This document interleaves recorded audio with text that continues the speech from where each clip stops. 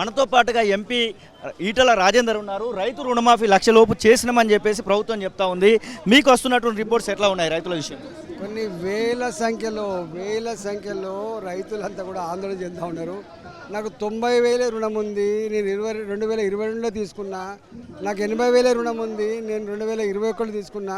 మరి ఏం క్రైటీరియా, ఎందువల్ల నాకు పడలేదని చెప్పి కొన్ని వందల ఫోన్లు వస్తున్నాయి. ఇప్పుడే స్పందిస్తే బాగుండదు. తప్పకుండా రిపోర్ట్ అంతా కూడా తీసుకొని కలెక్ట్ చేసుకొని తప్పకుండా స్పందిస్తాం.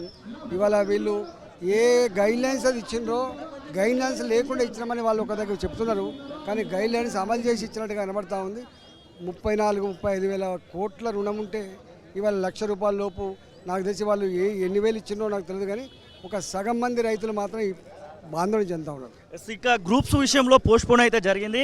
కానీ గ్రూప్ 1:100 కోసం కొట్లాడుతూ ఉన్నారు. వీరికి మీ మద్దతు ఎలా ఉండబోతుంది? దానికి పెద్ద ఏం పోయిందండి. 1:50 అయితే నీకేం పోయింది, 1:100 అయితే నీకేం పోయింది, ఇస్తే నీకేం పోతుంది చెప్పండి. ఇప్పుడు ఈ గ్రూప్ 1 ఎగ్జామ్స్ 15 ఏళ్ళకు తర్వాత పడ్డాయి, 15 ఏళ్ళ తర్వాత పడ్డాయి, 14 ఏళ్ళ తర్వాత పడ్డాయి. కాబట్టి మళ్ళీ ఇంకో 13 ఏళ్ళకో 14 ఏళ్ళకో పడితే రేపు వాళ్ళకు ఏజ్ బార్ అయ్యేటువంటి ఆస్కారం ఉంది. మళ్ళీ రాసుకునే ఎలిజిబిలిటీ కూడా లేదు. కాబట్టి దానికోసం ఒక పరీక్షించుకోవడం చెప్పండి, తప్పేముంది చెప్పండి.